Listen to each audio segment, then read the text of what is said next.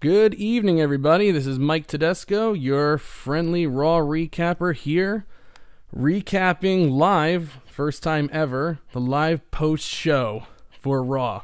Am I crazy? Probably. But this is going to be a weekly feature. I've been wanting to do a podcast for a while. A video podcast? I don't know why I want to do that. I don't know why anybody want to... Number one, I just want to make sure this is very clear real quick. I do have hair. Look, it's the black from this that's making it look like I don't have hair.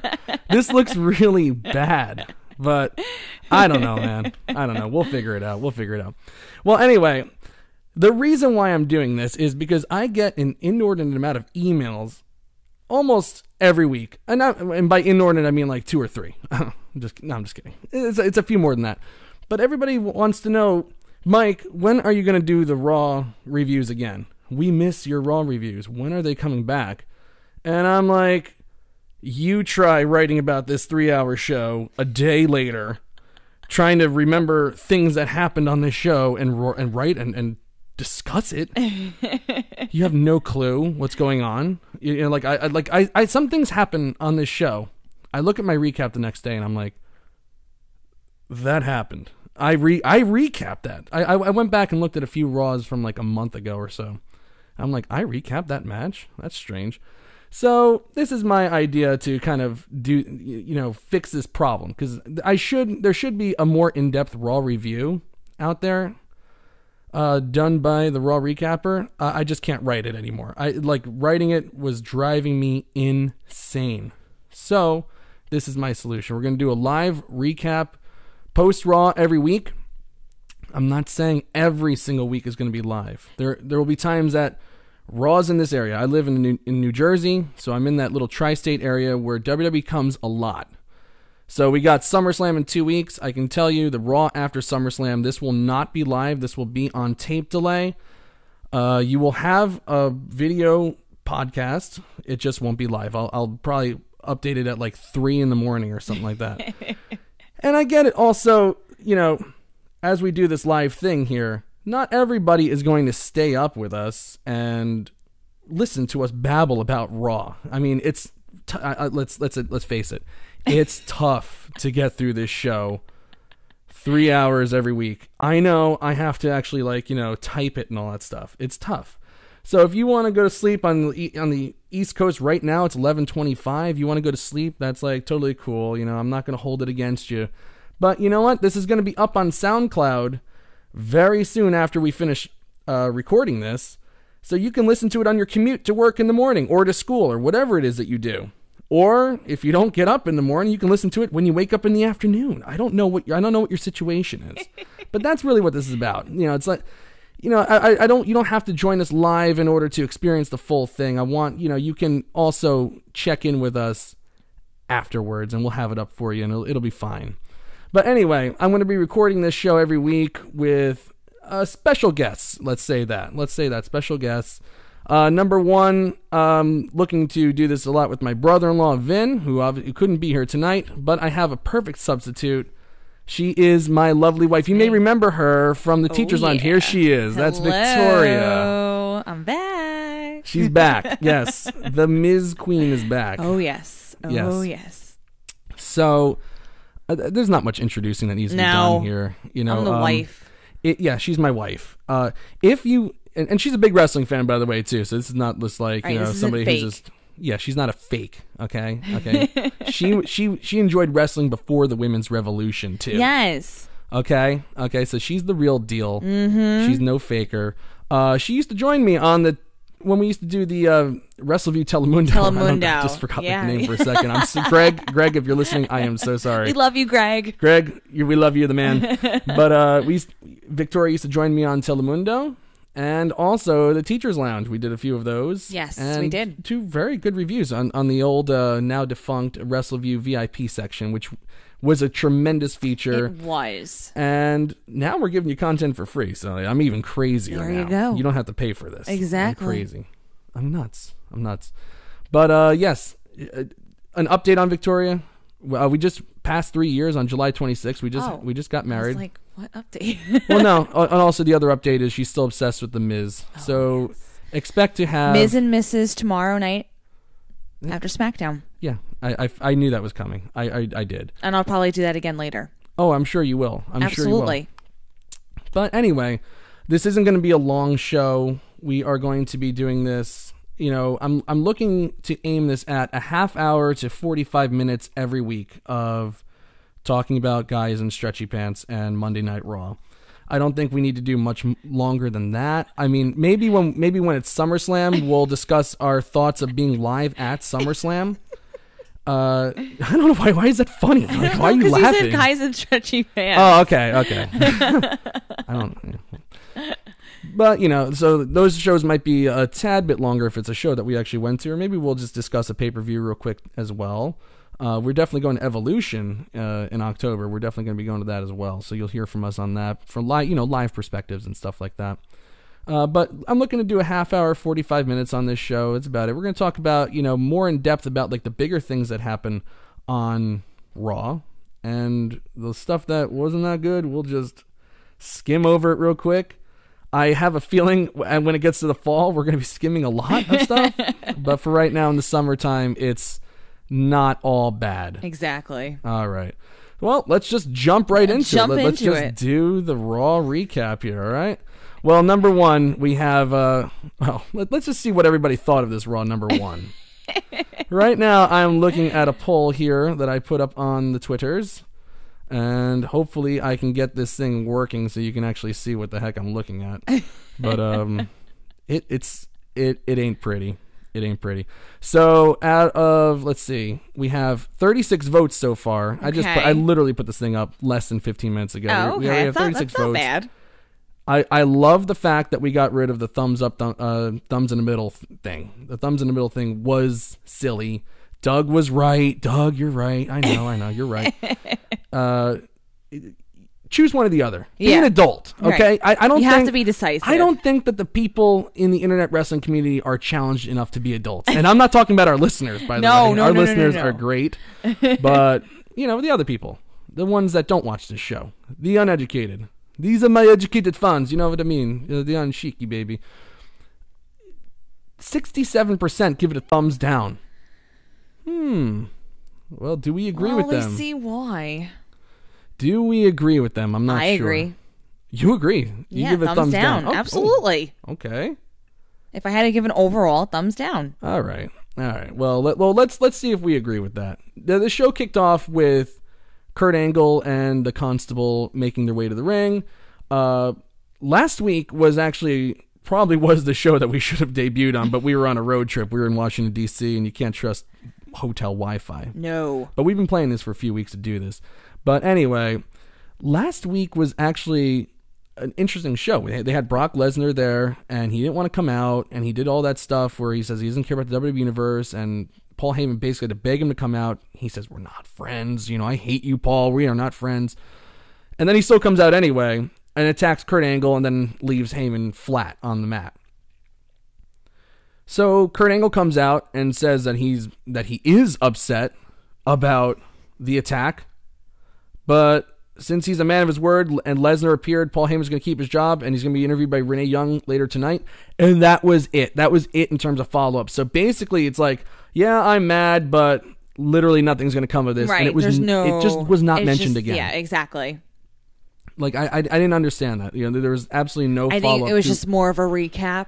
Right. I guess if you didn't watch it, I don't think there was, like you said, there was nothing to really follow up with. I thought that was like the compelling thing about the show last week was like, what's going to be the follow-up with Kurt Angle? Is he going to like make himself like the guest referee of the main event or something like that to make sure that there's no interference? Maybe there was an idea in mind and then they just forgot about it or something. Yeah, like maybe they kind of were toying with stuff, but then it just wound up being like...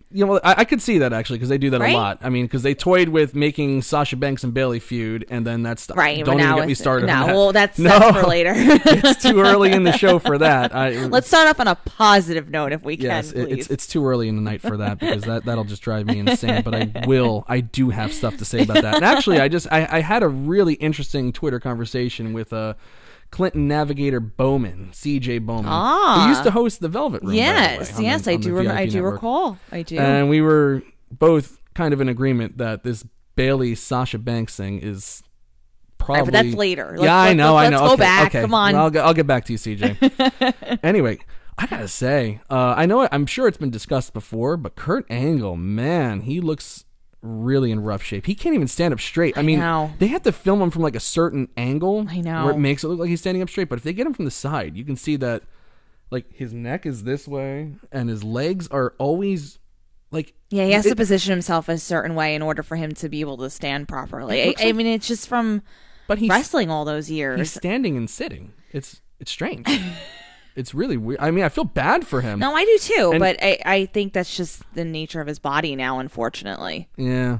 It's just a bad look. It's a bad look. It is. I mean, like, obviously he punished himself for years. He's getting older, and neck with injuries.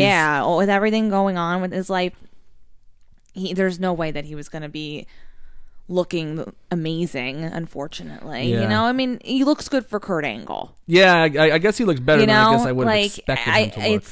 He's better for, since he's sober, obviously. That's right. Like, obviously there's going to be repercussions of that. Of course, you abuse your body for so long with that stuff, that junk, you're going to pay a price. Right, even if you get clean, you're going to pay that price. Right. So anyway, they have Roman Reigns come out and basically, like, chastise him for kicking him out of the Raw last week because he goes, if the big dog's out, who's going to protect the yard? No one. That's why Lesnar ragdolled Angle last week. And again, that's just like more like, okay, nothing's going to come of this. It's just going to be Kurt Angle. The best that he did was just said, well, I hope you kick his ass. That's about it. I have to say, though, I really like the crowd's reaction. I was going to get to that. Yes. Very into him. So this whole angle with hating Brock Lesnar and getting everyone to truly hate his guts is working in Roman Reigns' favor. No doubt. I mean, I'm sure live it was even more incredible, but I was shocked by the reaction. And it made me react differently too. I was like, "Oh my god, I can't believe it!" Like I'm rooting for Roman Reigns right now. I know. That is actually quite impressive that they managed to do that. It's a big turnaround. I mean, really, it's been a 3-year rehab project with Roman Reigns. He still is having a really, really hard time recovering from that really awful start that he got. Really, really poor start. Where they tried to make him John Cena Jr. Yeah, I agree with you, but at the same time, 3 years in the making. I know, but at the same time, though, this tonight just proves that I think they could do a turnaround with this. They have. And to do this, they had to sacrifice their biggest star. Brock Lesnar for years, I mean, like, he's a needle mover. I mean, even if you look at the story that was on Wrestleview this week about his appearance on Raw from last week on YouTube, the WWE YouTube, the numbers were phenomenal. In the millions, like high millions watching that show, watching that segment on YouTube. So he's still a needle mover. But it's like, he was also a merchandise seller and all that stuff. They sacrificed all that, knowing that he's probably on his way out anyway. I personally think that he might be re-signed and then he's not actually going to leave, 100%. I forget where I was going with this. I just lost my train of thought. But, they sacrifice all that stuff, all that, those big reactions, that moment where, like Lesnar comes out and it's like, okay, well, everything else I watched was, I know it's entertainment, but like the Lesnar thing, that could be real. That could be real, yeah. They sacrifice that like face, that really humongous face of the company almost, to make him a heel to get Reigns over. And mercifully, it appears to be working for them. It does. Because they're most likely going to lose Lesnar for a while. Okay, so he's going to go away and go to training camps at UFC and do all that stuff. He's gone. So what do we have to do? What do we have to lose anyway? And it's working. The reaction Reigns got tonight, yes, he came out, it was a little mixed. It definitely was a little mixed. There was people booing and stuff like that. But after that, it kind of leveled out. There was actually a comment here in the from the recap. From Colby, I think it is the name. Colby. I am here tonight, and the crowd was very into Reigns. All right. There you go. Okay. So, okay. Good to know from the live reaction, too.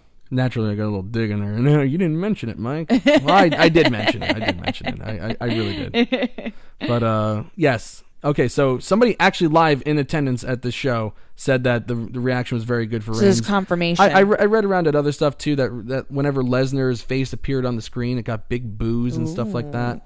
So that's a plus. But it really only matters when you get to the finish line, and the finish line is Brooklyn, New York. Right, SummerSlam. There we go. We've been to Brooklyn, New York many a time now for SummerSlam. This is going to be our fourth one? I think so. Yeah, our fourth one. And I don't know if we'll get it next year because we're getting WrestleMania this year. Right, they're not going to do the same. I think, didn't they announce SummerSlam next year?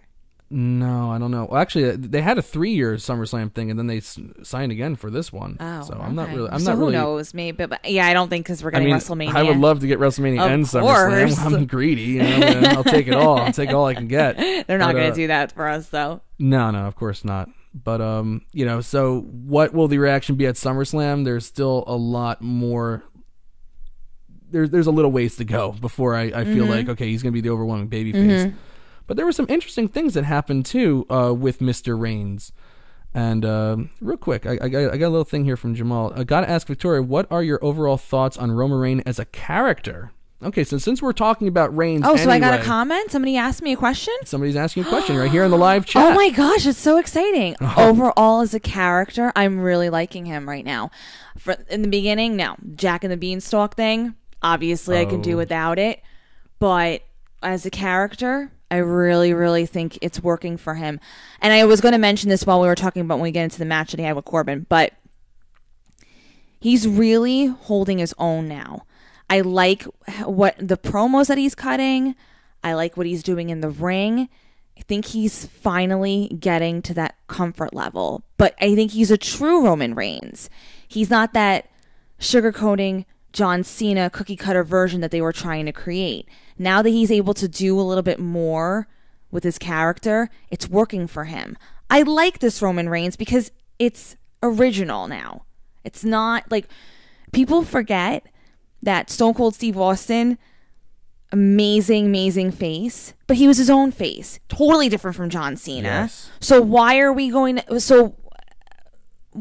not making Roman Reigns? So yeah, I love it. I think he did phenomenal tonight. When we talk more about it in the match, I gotta agree with that. To be honest with you, but we'll get more into the match. But overall, love him. Okay, I love him right now. I really do. Solid thumbs up. Yep. That's a solid thumbs up, and I'm sure there's somebody out there going, "Well, she's a girl, and all the girls cheer for Reigns." No, I wasn't like that girl that was like my friend Amanda. She's like, "Oh my god, I love him! Are you watching right now?" I'm like, "Yeah, I'm watching right now." Wasn't like that. Miz is my favorite, so. Well, we know, yeah, we got that. And speaking of, so anyway, Corbin teased Angle a little bit, and then Reigns got in his face, and Angle made the match. This match, I gotta say. Now, Reigns looked good in it. Reigns, and you commented while we were watching this show that Reigns looks good on the cell. He really does. Amazing. He does a good job of, for what Corbin was doing? For what Corbin was doing. I gotta say, Corbin had a bad night. A really bad night. Horrible. There were some things that, I mean, even before the match was put on, it sounded like he was waiting for his lines, like he was waiting for his cue. It really was like a high school performance, where it's like the kid's waiting off stage, and I'm listening for that line. Where's my line? It's like spastic. It was spastic. It was very spastic. And then he gets in the match, and he really, really craps the bed, in my opinion. Actually, you know what? I take that back. He wasn't spastic. It was just dull. It was dull. I don't think it was spastic. I don't think it had. I would actually have liked that excitement. Yeah, I guess a little more enthusiasm. I suppose. He actually had no reaction to anything. I had a real problem during his match where he's on the offensive. Okay, right. He's got Reigns down, and there was moments. Everybody kind of has that character where they, it's in the in-between moments that really matter to me. The little things that you're doing to fill time to make it seem like, you're actually watching a real contest. And I felt like he came up really short on that stuff. Absolutely. So Reigns is down. He's not applying a rest hold at this point. He's just standing there. What? You can't pose. You know, you can't, hey, look at me, I got muscles, or talk trash, something. Someone's got like stage fright. Like it was like, no, it was like he was just frozen. Yeah, he just didn't know what to do. Like he was totally lost. Anything that they may have taught him just seemed to be completely lost. I know. It wasn't a good look. So he botched that. They botched a clothesline. Reigns went for a clothesline, and I think that took Corbin by surprise. He didn't know how to react, and then he went down slow. He botched every clothesline, every single one. Yeah, he went to get clotheslined over the top rope. He jumped before, and then he like had a moment where he not good, like jolted a little bit, and then he went off the rope, and then he was like kind of waiting to get the clothesline. It was so awkward. Yeah, it was weird. really, really awkward. And then he was trying that. I also got to say this, and I know it's gonna sound like I'm picking on Corbin, and I guess I am. We are picking on him, but I don't really care. Just a little bit. Just a tiny bit, but we're just giving our opinion. People want a review and an opinion, so here it is. All right, so here's my opinion. I think that sliding out of the ring and sliding back in clothesline thing is like, it's right up there with Dean Ambrose's rebound clothesline, where it's the most contrived, terribly set up thing. It looks totally unrealistic, takes it totally out of the match. He did it once in the match. I was like, ugh. Then he did it a second time, and he took out a freaking cameraman. This guy just did not have a good night on any stretch, on any level. It was bad all around.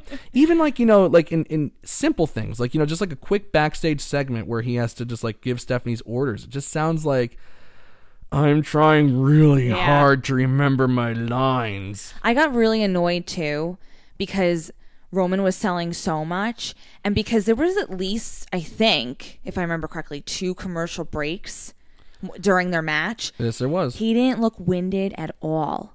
Like, Roman Reigns is huffing and puffing and sweating, and Corbin just looks like... Well, that's because he was applying rest holds for like most of the match. There was like 3 head and arm holds. No, there was. Yeah, it was too much. But there was no... It was just a bad night. It was just a bad night for him. At least Roman Reigns, and also hindering the match is the fact that that Reigns is going to win, which is fine. Roman Reigns has no business losing ahead of SummerSlam, especially to Baron Corbin. Absolutely. And the Finn Balor thing also kind of works out, where he beat Finn Balor last week. Finn Balor comes out and kind of costs him the match. I didn't mind that. It worked. That worked out fine, but to get there, it was just bad. And I even put on my recap, I said Baron Corbin did not have a good night from a technical aspect. During downtimes, he did nothing, no trash talk, no emoting, just stood there, botched clothesline, took out a cameraman. A lot of mistakes to learn from, I guess. So you got to just go back to the drawing board on this one. Chalk this up to a bad night. Everybody has a bad night. Go home and just try to just put it away and learn from it. What else can you say? Yeah. Let's get on to another big segment. The 9 o'clock hour saw Elias out there, and I gotta say, Elias, one of my favorite things in wrestling right now, by far, bar none. The guy, everything he does is just, I don't know, phenomenal. Gold. It's gold. It was funny, on the road trip, Mike was listening to Elias's album. Like, we had it on an infinite loop over and over. It's a great album. Again. It's a good album. Because it really, it's like every single... There's 4 songs, and it's basically the same stuff that he does every single week on television. Do you remember when I was kind of half listening, and I was like, "Oh, that's a really nice song." Oh yeah. And then like a minute in, and then I was like, "Oh wait, never mind." Well, I didn't announce to Victoria that I was playing Elias's song, stuff. I just put it on Apple Music, and I was just like, "Yep, just let it go." And she's like, he started. It was the 3rd song where he plays piano in it. He's like, "I'm playing piano just for you because I can." It was great. It was good stuff, man. Really, really good. And she's like, "Wow, this is actually a really nice riff." And I'm like, "It's Elias." And she's like, "That's awesome." Which is my reaction every single week. I have to imagine that it's like, whenever I see Elias, it's like when Dave Meltzer watches any match from Japan. It's like, "Oh my God, 7,000 stars. I love it." And that's me. I'm like 7,000 stars for Elias. He's phenomenal. He's great. Are you going to hate me though? No, what are you going to say? I didn't like the segment, though, tonight. Well, okay. I did have a few issues with the segment as well. And I love Elias. I really do. I feel the same way that you do. Anytime he comes out, I'm like, Yes. Yes. But Was that a Matt Hardy? Yes, it was. Did I do okay? That was good. That was okay. good. All right. I tried. Anyways, it fell flat for me. I like the stuff that he was doing in the beginning with his staff, like, oh, turn around, like, circle around me, stay right there. That was very Elias like, but when Lashley came out, it kind of fell short. But I didn't think it was so much on Lashley, though. I don't think they had a good connection. There's no chemistry between them, I suppose. I think Lashley did okay. Like, I actually want to give him some credit. I really want to give him credit, but I think Elias fell flat a little bit. Well, if you catch, like, Lashley's stuff that he did on his first run with WWE, like, when he goes, "You are a bastard," like, stuff like that. This obviously is like, what Paul Heyman did tonight. Yeah. It's like, that's like, he had his Paul Heyman this moment. Is like super compared to what he used to be. Gotcha. But still, like, they wrote him something that they thought obviously he was going to do, and then people were going to be like, "Oh, Lashley, you're the man." But it just didn't work out. And that's the trickery of, doing the scripted promos. It's like sometimes they're going to write something. You might even have an instinct as a performer out there. This is not going to work out. So what I'm going to do is I'm going to go off script a little bit and try something different. It's that used to be like, I would imagine, like when they had bullet points, like, something's not working, let's change focus a little bit. Let's do this. Right. This should have had the focus changed on it, and it just it just fell flat. It really was just flat. It started off strong. When you talk about the documentary, I don't like the way they portrayed me and this, that, and the other thing. But then, and like I said with the staff, but then when Lashley came out, it seemed very rehearsed, obviously, but it wasn't Elias's best. He tried hard. Lashley tried hard, and it wasn't Elias's best. No, certainly not. But the sneak attack after was fine, but Lashley trying to pose and be tough guy, he does a good job with that stuff. Absolutely. And I agree with that. I do like Lashley's face when he changes gears. When he tries to be funny and then he tries to get serious, too. He actually does a really good job really good job with that. Someone else who does a really good job on this show, week in and week out, he's like my MVP for the year in WWE. I think I know who you're going to say. Can I guess? Well, you're my wife. I think you might know. Maybe Seth Rollins. Correct. Okay. Yeah, correct. Yeah, all right. That'd be Seth Rollins. Because I was thinking, I'm like, who else? I'm like, it can't be Mojo Rawley. Who else? Who else would my husband love that wrestles in loves baby more oil? Than me? That would wrestle in baby oil. Ew, creepy. Well, that's what we're talking about here. Yeah, I guess. But yeah. Seth Rollins, it's your boy. That's my guy. That's your boy. A lot of speculation tonight, especially because now we're running rumors on the Wrestleview main page. We've been doing that since January. We've been running the rumors, and the rumor is that Dean Ambrose is soon going to return. So naturally, I was like, all right, well, let's have a little fun with this. They said he can pick any partner he wants to face Ziggler and Drew McIntyre, and I was like, oh, let me just throw it out there. It could be Ambrose. And I think, it was weird. I got to say, it was really strange that WWE, like, immediately, like, they go, well, we know Dean Ambrose is is injured, so it's not going to be him. So it's like, why do I even have to tune into this then? Because I really want to see Dean Ambrose. Why would I tune in? It's very strange that they wouldn't even, like, let it happen. Right. They wouldn't even let it, like, entertain the thought. It made it a handicap match, but the way they made it a handicap match was another positive for Roman Reigns. A big positive. I love this segment. Love that. The segment was Kurt Angle and Corbin backstage. They stopped Rollins and Reigns. Reigns was going to initially team up with Rollins to face McIntyre and Ziggler. And Corbin goes, well, per orders of Stephanie McMahon, you are not allowed to compete tonight. You've already competed against me in a grueling match. Yeah, grueling to watch. But, grueling. So you can't compete. You're out of this match, and if you even enter this match, you forfeit your SummerSlam match against Brock Lesnar. So, that keeps him back. And Rollins goes, we'll figure it out. So they made it a handicap match. But after Rollins walked off, they had Reigns stand around, and Corbin's still holding his ribs from taking the spear from Reigns earlier. And then Reigns goes, how are your ribs? and then he punches him in the ribs and he laughs. He goes, "I don't think your ribs are good anymore." That was great. That was fantastic. That's the perfect thing that, you kind of want that like anti-establishment face a little bit. Yes, exactly. You don't, like we had a long time with John Cena, with the poopy thing and like whatever, like I don't know what the hell he was doing at certain points of his career. Fruity Pebbles. Yeah, the whole thing. Well, the Fruity Pebbles thing was pretty good. That was a gift from Dwayne Johnson, by the way. Okay, thank you, but whatever. That was a gift from Dwayne Johnson, by the way. It's just good stuff. I really like what they're doing with Reigns.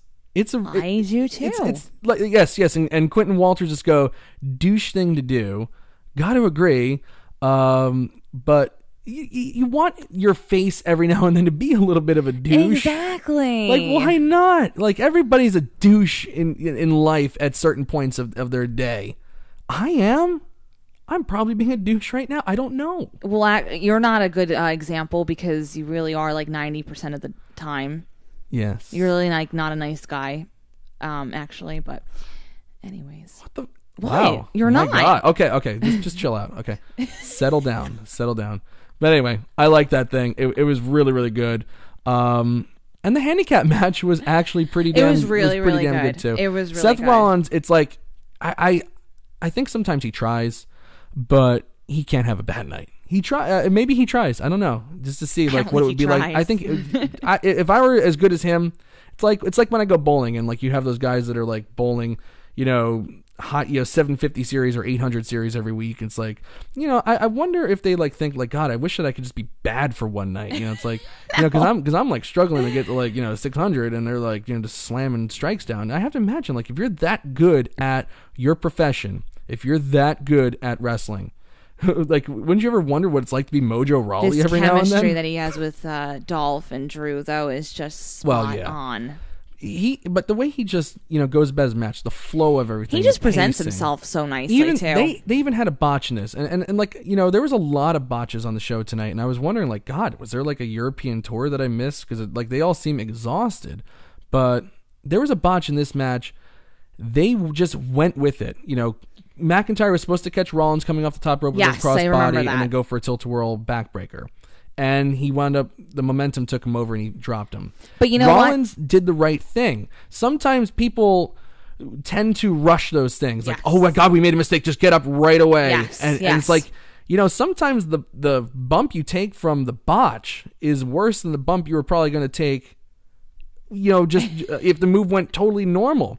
So Rollins did the right thing, stayed down. McIntyre got up and then just scooped him up and gave him a tilt-a-whirl. And then it was just like nothing ever happened. It worked. And you know what? They all had the confidence, too, to go with it. Right. You see it in some of their faces when, obviously, they botch and they're like, oh my gosh, oh my gosh, oh my gosh. But, like, that didn't happen with them. Like, it was like they didn't skip a beat. It was good stuff. And I'm wondering what they're going to do for McIntyre at SummerSlam. I don't know if they're going to get... Do you think they're going to include him? Maybe that might be the way to eliminate him, is to put him in the match. Right, and then he's him not from being out there. Yeah, then he won't... Whoa. My microphone just like fell on me. I knew that was going to happen. Are you okay? I knew as soon as I went live. This thing has been perfect all week trying this thing out. And of course it happens right on the air. Botchamania! Yeah, you see, everybody's botching tonight. Anyway. Sorry, I'll probably trip later or something. Yeah, I know, but it won't be on camera. No, it will be. Oh, okay. Somehow, I don't know. We'll figure it out. I'm just going to leave this live stream on all night until Victoria botches.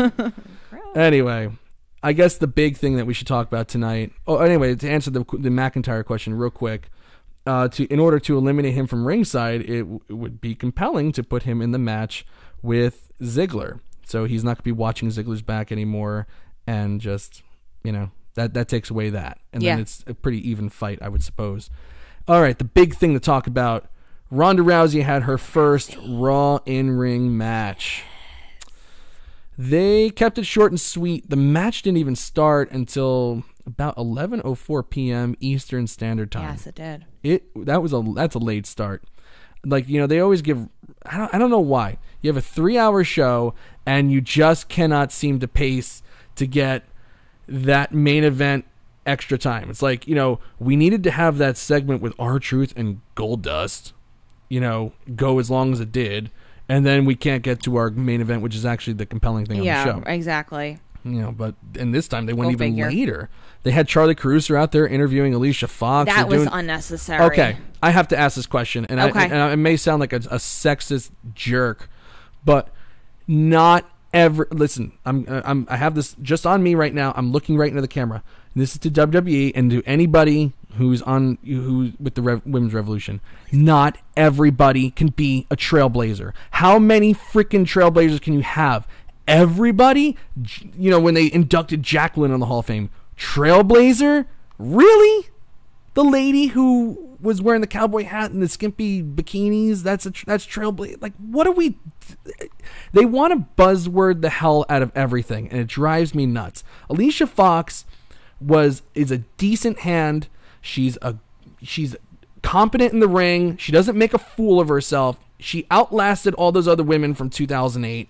She outlasted Melina and Maria Kanellis, even though Maria Kanellis... Okay, she outlasted them, but you're saying she wasn't incompetent in the ring? No, I'm saying she's competent in the ring. She's not competent You in the don't think ring. she's competent in the ring? Now she is, but she was going through a period of where she was injuring everyone. But that's because she had terrible opponents to face. All right. Agree to disagree on that one. Okay. I think she's been very incompetent. Okay. Anyway, overall, yes, I'm with you. Okay, fine. We'll agree to disagree on that one. But she's not a trailblazer. No, she was just not somebody by who any was means. there. She's okay, just been there. Trailblazer. You want to talk trailblazers? Medusa. That's okay. You can say that she's a certified trailblazer. Freaking the name is escaping me from right now. Maybe somebody in the chat can help me out. Wendy Richter. Okay, Wendy Richter. She's a trailblazer in my opinion. She ended the Fabulous Moolah's 900-year title reign or whatever it was, or she faced the lady who did, and then she got screwed by Moolah anyway. It's just like everybody else did. Yeah. Trish Stratus, trailblazer, no doubt. Lita, no doubt a trailblazer. I would even say Victoria is a trailblazer. Hell yes. Yeah. Okay, Jamal Watson puts me to shame here. I mean, Jacqueline was the first black women's champion. Yes, okay, yeah. She was the first black women's champion. That's trailblazing. That's trailblazing, but do they make a big deal about it? Like you would think that they would hang their hat on that a little more. I don't really remember them really going overboard about that. It's just like that was a time when the women's title was actually a lower than the hardcore title, if you can believe that. Like it was just... That title was so low, they gave it to China, and then it just disappeared forever. And they're like, well, no women's champion for now. Pfft, whatever. Not everybody can be a trailblazer. Alicia Fox, you are not a trailblazer. You're a good hand. You're a decent hand. Okay, decent hand. Decent. Not a trailblazer, okay? The end of story, okay? And I'm tired of this buzzword, trailblazer. She's a good hand. No, okay, so now she faces Ronda Rousey. The Ronda Rousey presentation, you want to talk about how WWE has had a hard time making stars, and they have, no question about it. It's been a rough go. That's why they have to, the last couple of WrestleManias, like, who are we bringing back this year? From the past, but now they have a true star in Roman Reigns, of course, and he's really, really emerging. But they can still make stars. They know how to do it. Ronda Rousey is living proof of that. This whole entire presentation with Ronda Rousey is a massive grand slam home run. Phenomenal job. Phenomenal. And they protect her weaknesses. They protect her. Very, very good job protecting her. Not letting her get overexposed. Not letting her do more than she's capable of doing at this moment right now. What do you think? Ronda Rousey. I love her. She's such a natural. She really is. There's something about UFC stars that come into wrestling. She leaves me speechless, honestly. I am captivated, and I'm not just saying that like when I watch her. She's incredible. She's exactly what you want somebody to look like in the ring, and you want that passion, you want that fire. She doesn't say a whole lot, but she doesn't need to. You know what I mean? She's just one of those women who gets the business, and for being like this rookie. But you know what though, I have to say, because she does actually know how to fight, that helps her out a lot. Right. She also knows what it's like to get her ass kicked, so she's really good on the sell. So she can really, she knows how to sell, and she knows how to deliver. It's just the presentation is just, and like I said, she doesn't need to talk. She really doesn't. her presence alone, you get fear in your body. Yeah. I love her. I really do. I really, really do. You'll be happy to know Grash agrees with you. Alicia Fox was horrible 2008 to 2012. Thank you. She was shred to bits. Thank you. For it. Thank you. Yes. Okay, so Victoria wins that argument. What else is new? I lost another argument in my household. This time I get to do it live before a bunch of people and people listening to us on a podcast. Yes. Phenomenal. Yes. I'm psyched. Okay, so the Ronda Rousey thing was just great. I'm really looking forward to that SummerSlam match. They really built that up very, very well. And I just think it's going to be a slam dunk. And I think that she, it's just odd. I never thought I'd see the day in WWE. Now, Roman Reigns is doing a great job. But I never, ever thought I'd see the day when the biggest star in the company in World Wrestling Entertainment is a woman. That's phenomenal. I love it. That is trailblazing. That's a trailblazer, baby. That's a trailblazer. All right, so we hit all the big things on Raw. Let's just kind of skim through these things. Oh, I also have, I have notes because I can't remember everything that happened on this show, even though I literally just watched it. I finished watching about and an you hour recapped ago. it, and you wrote about it. But it's in, just comes in one ear out the other. It's just over. Number one, yeah, that's Victoria's notes. Number one, I always thought, like, whenever they open up Raw and they have the segment in the ring, and it's like, well, let's just do this match right now. What was their plan initially when Raw was going to start? Let's it's just like, wing it. we're just going to go out there and just totally wing the opening segment. I'm hoping, as the general manager, that somebody comes out and interrupts me so I can make a match, because I have no ideas of what to do at all. That's so funny. So it's like, what they're like, whenever they do something, it's like, I'm picturing like, who was the next match? Okay, I'm picturing Bobby Roode and Mojo Rawley just like sitting there like, we were supposed to open up Raw, damn it.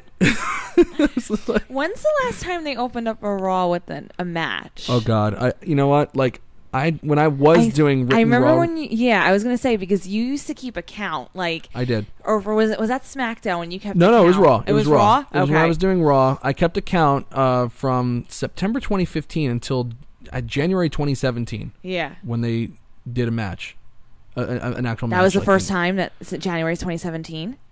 No. No, during I'm that not saying that. In that span, within that span, it was over a year. I was keeping track. That's what I meant. Yeah, no, I didn't mean like track. ever. Obviously, it was over 400 days. It was a whole entire CM Punk title reign. CM Punk.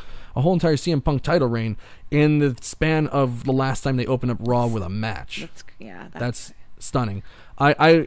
Now you're going to challenge me. I'm going to go back and look, and I'll let you know next week. Let me know. All right, this will be next week's question. So anyway, or if you know, let us know. Yeah, if anybody else is psychotic like me, keeping track of that crap, So let's talk about real quick. And this is the part of the show where we're going to do quick hits. We're already kind of 43 minutes. I wanted to keep this to 45 minutes max. We're not going to get there tonight. But can you forgive us? But this it's is our the first show. Yeah, and you did it like a longer introduction, which is fine because you want to tell everybody what the show is about. Exactly. Go. So we had Bobby Roode versus Mojo Rawley. Boo. So what Corbin didn't do in his match with emoting and trash talking, like Rawley did on steroids. This guy is just like, it's like, okay, if I talk a ton, makes it look like I'm very passionate and, here's a rest hold. Come on, Glorious. It's like, all right, dude, take that back a notch. Now, can we find a happy medium? Okay.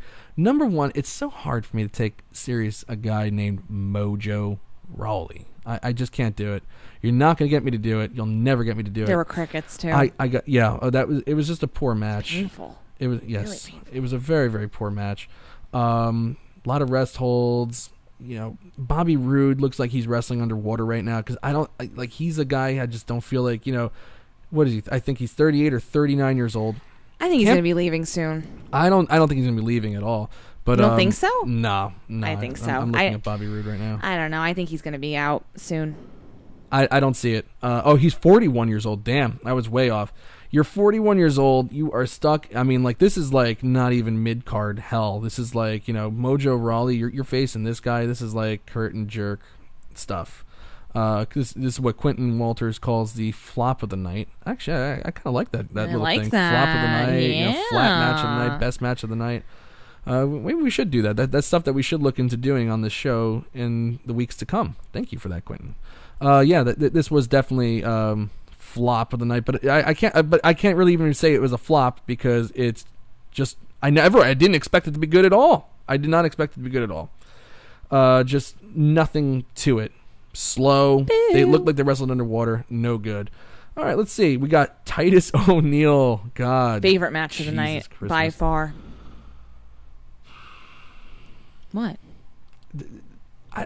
Titus O'Neil versus Razor. Bad. I know, but I have to be honest with you. I felt really bad for Razor. You did. I did. It was so sleeper match. No. This is a sleeper match. I love this stuff. No, I felt really, really bad. It was like I actually wanted. No, I'm not going to go as far as saying I wanted to cry, but I just felt really bad because like no one was into it at all. Like at all. Look who's in the ring. I mean, first of all, you're coming off the Elias segment, then it's Titus O'Neil versus Razor. I just felt really bad though. Like it was really, really sad to watch. It was pathetic. No, it was. Well, number one, Razor is extremely green. There was a. He was when he was on the offensive, he was fine. He can do his little moves, his little. Basically, he was just clubbing the crap out of Titus O'Neil. I'm trying not to curse here, but he was clubbing the crap out of him. But when it came time for Titus to do stuff with him, when he tried to move him, muscle him, and get him into the corner, Razor was just like, "Oh my God, what do I do? What do I do?" And he was stiff, and he just stood there. Yeah, I felt bad for him. I felt bad. See, like for that's him. exposing him. Yeah. Like the good job they did with Ronda Rousey, not exposing her weaknesses. Every single one of Razor's weaknesses were exposed, and that weakness apparently is taking a whip to the corner. So if he can't even do that, what are you doing on the main roster? And golly, what a bad move to take them away from Paul Ellering. I'm not going to get into that, but I just wanted to just leave it out there. That was a terrible move to remove Paul Ellering from them, especially. They don't have to have Paul Ellering go to the house shows, but he should have been on television with them talking for them because it's no good. KO show. The return of the KO show with Jinder Mahal and the guy Sunil Singh. That was his name. Okay. I don't know. What did you think? Cute. It was cute. It was cute. I liked it. It's cute. Actually my favorite part of it was Jinder Mahal's expressions throughout the whole thing when he was smiling, like that goofy smile the whole time, and anytime he tried to talk, like, because this is his interview, but then obviously Kevin Owens took over, right? But I loved Mahal's expressions the entire time. He's just that like smile, he's just grinning and like being goofy and like cocky a little bit. He was actually my favorite part of that. I mean, Owens did a really, really good job too. But I felt like Mahal, and then like when he found out he was going to have a match against Strowman, he was like, "What?" That was really what? good stuff. Like he's like, "What, me? Like that's a good idea, right?" and then and he's like building him up, like, "Yeah, you won last week, so like, why not do it again? You can do it. You can do it again. You can do it again, man." And then it's like, here comes Braun Strowman, and no Braun Strowman. Then all of a sudden, the stage gets tipped over because Braun Strowman was underneath it. Yeah. I love watching Braun Strowman destroy anything. Yeah, no, but now we watch Braun Strowman destroy a lot of things, and I was talking. I always have a running chat every week with my dear friend Billy Hefner, and he goes, "This was the worst of his antics so far." But it's like not everyone. You can't always tip over the ambulance, right? So I'll take to break up the monotony. I will take him knocking over a TV stand. I definitely had a feeling that was going to happen though, just because of where they were located. You knew it was coming. I'm like, okay, like what's he going to break? Like this is a very random location to have an interview. Like, right? Why not the ring? It was to the left. It was to the left so of the Titantron or something like that, or to the right of it. I forget the positioning now. But they were on the stage pretty much, and it's like, well, something's happening here because they never put talk shows on the stage like that. Unless it's like 1980. But you know what? It's all in good fun. Like, you kind of know what's going to happen, but you're okay with it. Yeah. And even the Braun Strowman Jinder Mahal match, while there was nothing to it, I thought that did a really good job accomplishing what they wanted it to accomplish, which was reminding you that Braun Strowman can lose in any number of ways, by pinfall, submission, which will obviously never happen. But most importantly, count out and disqualification. He lost by those two outcomes yesterday. So not yesterday, last week and this week. I don't know what the heck I'm talking about right now. It's late, man. Tired. I'm just jacked up from watching Raw, man. Yeah, so they accomplished that. It was a short and sweet match. Totally fine. In terms of Jinder Mahal matches, that's what you're looking for. Every character involved. Every character involved. Good job. Yeah, heck yeah. The video package that they had with Roman Reigns, that was good stuff, I thought. I found it really interesting, and I don't know if anybody in the chat will agree with me on this, but Roman Reigns was being interviewed, and he said, basically at the end, he's like, I get it. I've lost to Lesnar. A lot of people lose to Lesnar, but, I pick myself and dust myself off. I have to win. He ended it with that. I have to win. And that kind of reminded, that triggered something in my head. I don't think that WWE ever produced a better video package than the one that they did for WrestleMania 17 when it was The Rock and Stone Cold Steve Austin. I love that match. I love that WrestleMania. It's my favorite WrestleMania of all time. I thought that the video package was just exceptional. And the part where the video ends is Steve Austin and Rock had a sit-down interview on a SmackDown. I'll never forget it. It was such a good segment, and they really don't do them like that anymore. But Austin, who has been teasing a heel turn, not that Reigns has. So that's the one difference here. But he goes, I need to beat you, Rock. I need it more than anything in the world. And you're going to get the absolute best of Stone Cold Steve Austin WrestleMania, and that's, with all due respect, whatever it was. When he said, I have to win, that triggered that in my mind. I mean, I might just be throwing absolutely nothing out there. There's probably nothing to it, but could they be foreshadowing something here with the Paul Heyman thing? Is there something that could happen? Very, very interesting. I don't know. I got actually a couple nice comments here. We got Strowman's money. That I agree with that. But a nice video package, goosebumps from Quentin Walter. So people did seem to enjoy that video package there. So that was pretty good stuff. The Paul Heyman interview. What do you think of that? Love that. I really did. I felt really sad for him. You could just you could tell weird? How disheveled he was, and just you felt his pain. That honestly, I every time I kept looking back at last week when they kept showing that he was getting when Lesnar kept grabbing his face like this and everything, I felt really, really bad because he obviously did such a great job of just showing he really thought we're best friends. You never do anything like this to me. And then I know, Paul Heyman puts out Hall of Fame work every single time he's on Raw, and he's been doing it since he came back in 2012 with Lesnar. It's I think people take that for granted. And I think when the Lesnar thing is done, and if Paul Heyman doesn't stick around, people are going to miss it. Andy Grove from the comment section writes on your recap, Heyman should be writing both shows and playing all the roles. WWE should just be a solo play by Paul Heyman each week.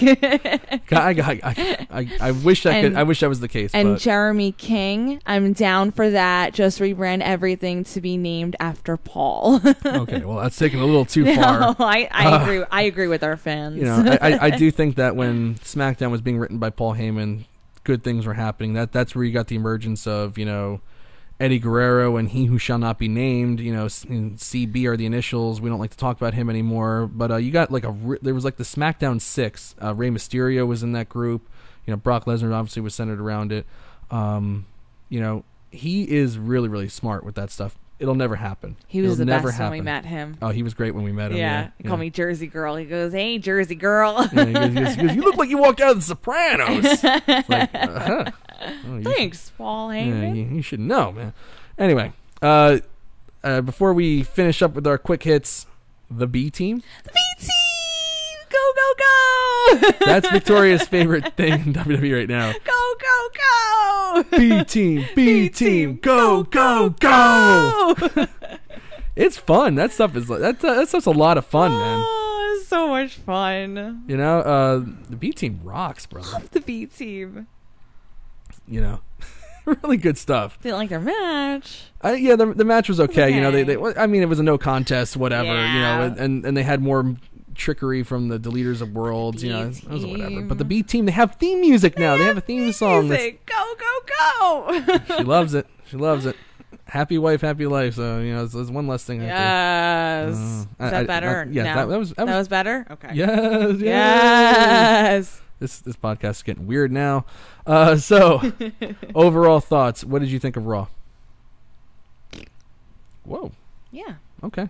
That's not really use your words. Sorry. Okay. It was okay. There were some parts I really liked. I really liked Roman Reigns throughout the whole show, like Seth Rollins, Dolph Ziggler, Drew McIntyre. But overall, everything else was just kind of bleh. But you know what? You're kind of expecting that at this time. There's something to be said about, like, I obviously was, work when Roman Reigns, they're talking about, like, he couldn't be in the second match with Seth Rollins, the tag team, because they want to keep him for SummerSlam. I think they're kind of actually going with that for everybody. Like, do you know what I mean? I think they're just trying to protect people a little bit. So they had a little bit more of mid-card matches throughout the night.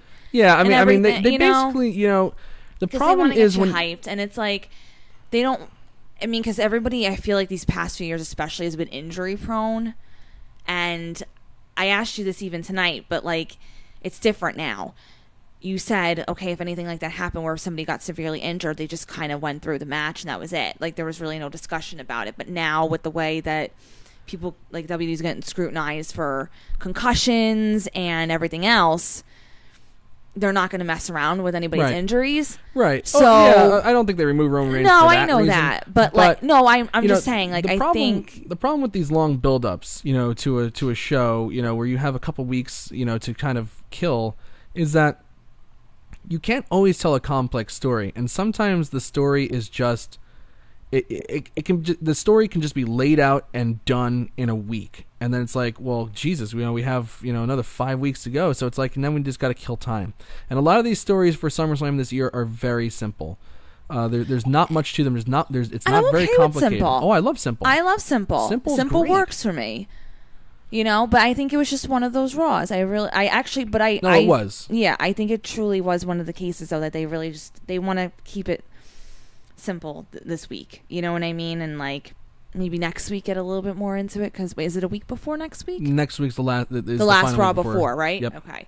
Yeah, so Raw post Raw number 3 will be on tape delay. Ooh, because of SummerSlam. Yes, because the slams of summer. I have to agree. I mean, it wasn't a bad show. I can't say it was a bad show, but I can't say it was great either. It was just okay. It was just there. Nothing of real consequence happened other than, like, I thought the Paul Heyman thing was really good, and continued momentum. For Roman Very Reigns. important. Continued momentum for Roman Reigns. So that's big stuff. I'm looking again. Let me just throw it over real quick, the screen capture here. It's even more negative than before. 66% now are giving this show a thumbs down. I think actually, no, that's it's a little better. I think but yeah, they agree with you on the yeah. Well, anyway, this was actually a lot of fun tonight. We've been looking forward to this for quite some time. Buying new equipment, doing rehearsal shows. We can't thank everybody enough for tuning in with us tonight. We got Mr. V here. Thank you. And it, not applicable. Did not watch it, just here to support Mike and Victoria. We thank you, sir. Quentin Walter gave us a B-. The SmackDown 6. This a is B-? From oh, no. For Raw. I was like, what did we do? Yeah, no, Quentin just said good show, guys. Thank you, sir. Thank you. I was thank like, you. B-. Chavo Guerrero, Rey Mysterio, Eddie Guerrero, Kurt Angle, name redacted, and Edge were the SmackDown 6. Thank you, sir. And Jamal Watson goes, it was a show. It sure was a show. I don't know if he means our podcast or Raw. Yeah. Raw was a show, for no question about it. I'm hoping that we were a little more than a show for here. But we thank everybody so much for tuning in with us. Thank you. Tune in with us next week. I promise, we're just about to hit the hour mark here. I promise it will not go this long next time. Yeah, just the first show. First show, we're just excited, and we just have a lot to talk about, but thank you all again so much. We had so much fun, and we'll see you next week here on the Post Raw. Good night, everybody.